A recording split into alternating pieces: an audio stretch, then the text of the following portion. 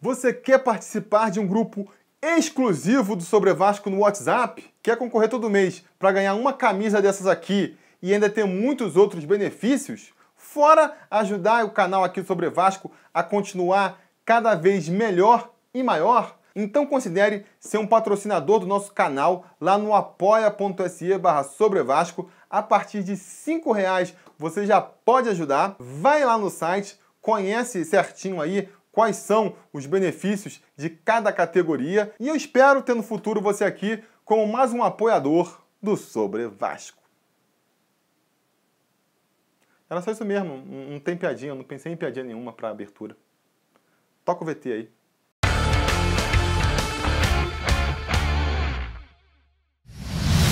Fala, torcida vascaína, Felipe Tiru de volta na área. Hoje voltando com um quadro. Achou que eu tivesse abandonado o quadro? Não abandonei não. Eu trouxe um novo quadro no final do ano passado, né? O Giro de Notícias sobre Vasco, onde eu comentava algumas notícias que eu achei interessante, que saíram aí pela mídia. E depois disso, nunca mais fiz uma continuação, né? Nunca mais fiz uma segunda edição do quadro. Mas foi porque o começo de ano, como vocês bem se lembram do Vasco, foi muito agitado, confusão de eleição, de patrocínio, jogador que sai, jogador que vem. Acabou que não sobrou tempo na grade para eu encaixar de novo o quadro aí, o Giro de Notícias. Então estou voltando com ele agora, estou voltando aí com uma notícia que é do ano passado, mas que eu acho que ainda é relevante, né? Perdeu um pouco a relevância talvez hoje, porque vários outros canais já comentaram isso, já é de conhecimento de todo mundo, mas eu acho que ainda é relevante para a gente discutir essa questão aí, que é a questão financeira do Vasco, a questão das dívidas que o Vasco criou no Profut. A notícia que eu trago é do blog do Rodrigo Matos e diz assim: conta chegou. Após luvas e Profut, clubes vivem crise financeira para 2018. A reportagem fala da situação dos clubes em geral, e como a gente vai ver, o Vasco se encaixa bem nessa situação. O que ele fala aqui, vou ler só o primeiro parágrafo para vocês. Nas últimas 2 temporadas, os clubes brasileiros tiveram eventos que lhes proporcionaram um incentivo ao ajuste nas contas. A implantação do Profut em 2015 e luvas de TV em 2016. Mas ao final da temporada de 2017, uma parte dos grandes times nacionais está em situação financeira difícil, com atrasos salariais, dívidas na praça ou obrigados a realizar cortes drásticos para o ano. Da CBF, não vieram regras de controle, enquanto o governo federal apertará a sua fiscalização nesse ano no âmbito do Profut. Essa é uma notícia que só escancara o quão ruim foi a administração Eurico Miranda, né? Até fatores que a gente poderia julgar como positivos, no final não foram tão positivos assim. Que nem vocês viram na matéria aí, o Profut é uma lei do governo, é um programa do governo de anistia para os clubes, de renegociação das dívidas do clube. Foi implementada em 2015, que coincidiu com a chegada do Eurico Miranda ao poder do clube, a volta do Eurico Miranda para a presidência do Vasco. Esse Profut foi um dos motivos da derrocada do Dinamite, tá?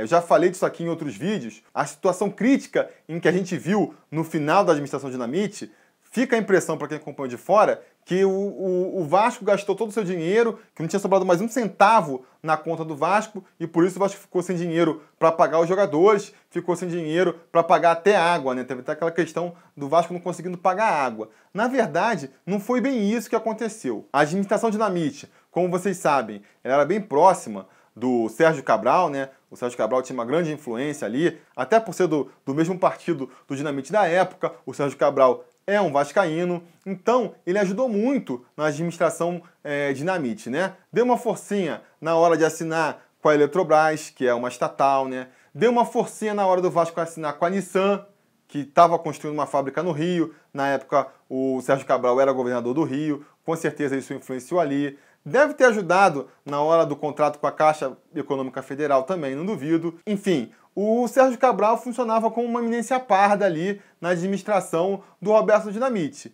E essa influência, esse contato do Roberto Dinamite com a política, com os políticos lá de Brasília também, fez ele acreditar que esse Profut, que já vinha sendo discutido há muito tempo, ia ser implementado mais rápido do que foi. Ele esperava que já em 2012 o Profut fosse ser aprovado. Qual foi o pensamento da administração Dinamite então? Um raciocínio temerário, né? Absurdo, não estou defendendo aqui não, estou só explicando. Ele falou o seguinte: olha, já que vai vir um Profut aí e vai dar uma aliviada pra gente, porque qual que é a questão do Profut? Fazer aqui uma explicação bem por cima, bem superficial. Vamos supor que o Vasco ganhe R$900 por mês para pagar seus jogadores e pagar dívida e tudo mais. E a dívida dele com a União seja de R$1.000, né? Vamos supor. Então o Vasco ganha 900 e tem que pagar 1.000. Mesmo que o Vasco pagasse tudo que ele ganha, ele não ia conseguir tirar a dívida, né? Mas ele não pode pagar. Ele fala assim, vou tirar aqui 200 para mim, para conseguir pagar a água, para conseguir pagar jogador, e 700 eu pago para a União. Então, eu fico só com R$200 para investir, eu gasto R$500 para pagar a minha dívida, e eu ainda fico devendo mais 500, né? Porque a minha dívida é de 1.000. Aí, no mês seguinte, eu faço a mesma coisa, tiro 200 para pagar minhas coisas, 500 eu uso para pagar minha dívida, só que aí, além dos 500 que eu estou devendo esse mês, tem os 500 do mês passado que eu já não paguei. Então a dívida sobe para 1.000. E assim sucessivamente. Então, até por conta disso, é até interessante para a União, para o governo, que faça uma renegociação da dívida, né? Porque desse jeito a dívida só vai aumentar, o clube vai quebrar e no final ela não vai receber nada. E por conta de bancada da bola, influência de governadores e políticos no mercado, essa renegociação vinha até bem generosa para os clubes. A demora toda na aprovação do Profut, inclusive, foi por causa disso, né? Uma parte não queria que fosse tão mamão com açúcar para os clubes, outra parte brigava para que fosse e ficou essa discussão até sair o resultado final. Mas o que pensou o Dinamite na época? Ora, se daqui a pouco a gente já vai ter uma anistia aí, já vai ter uma renegociação da dívida, para que eu vou ficar me apertando aqui todo mês para pagar essa dívida, que daqui a pouco, daqui a 1, 2 meses, vai ser renegociada, vai ser anistiada? Vamos desconsiderar, não paga mais essa dívida não. Financeiro, não paga mais dívida nenhuma com o governo não. Vamos usar esse dinheiro para contratar jogador, para acertar o salário da galera aqui e vamos tocando a bola. Mas, senhor, se a gente não pagar com o Estado, os caras podem vir com tudo para cima da gente. Não, vou vir não. Vai passar o Profut aí e vai ficar tudo liberado. Não precisa pagar, tô te falando, não precisa mais pagar. E essa foi a estratégia que o Dinamite assumiu na época. Qual foi o único problema da estratégia? Qual foi a única coisa com que ele não contava? Que o Profut, que ia ser aprovado dali a 2, 3 meses, foi aprovado dali há 2, 3 anos, né? Então, quando chegou no meio de 2012 ali, a situação começou a apertar, a Receita começou em cima do Vasco, o Vasco já estava com uma dívida muito grande. O que a Receita fez? Pau! Bloqueou 100% das receitas do clube, falou, a chave do cofre de vocês agora tá comigo, tudo que pingar aí dentro, a gente rapa, você não tem direito a mais dinheiro nenhum. Foi uma sacanagem com o clube mesmo, né? Porque, um mínimo de dinheiro pro clube conseguir manter as luzes acesas, precisava, né? Mas fizeram pra sacanear, pra punir o Vasco mesmo, né? Acho que o pensamento foi assim, quis ser malandrão com a gente, não quis pagar a dívida achando que havia um Profut, pois bem, Profut não veio, agora a gente vai ferrar com vocês. Acho que esse foi o pensamento da Receita na época. O fato é que o Vasco teve um estrangulamento financeiro e aí foi aquela crise que todo mundo se lembra, o Vasco rebaixado, o Vasco, aquela tristeza em 2014. E aí quando volta Eurico Miranda, volta também com a aprovação do Profut, a dívida renegociada, entendeu? Então, o que ele venha cantando como sendo méritos dele, não, eu consegui botar o salário de novo em dia, eu consegui dar um respiro financeiro para o clube de novo, na verdade, não teve tanto mérito dele assim. Foi uma lei que já estava rolando antes, que já estava para ser aprovada lá no Congresso antes dele voltar e que calhou de, quando ele voltou à presidência, a lei voltou também, dando essa aliviada para o clube.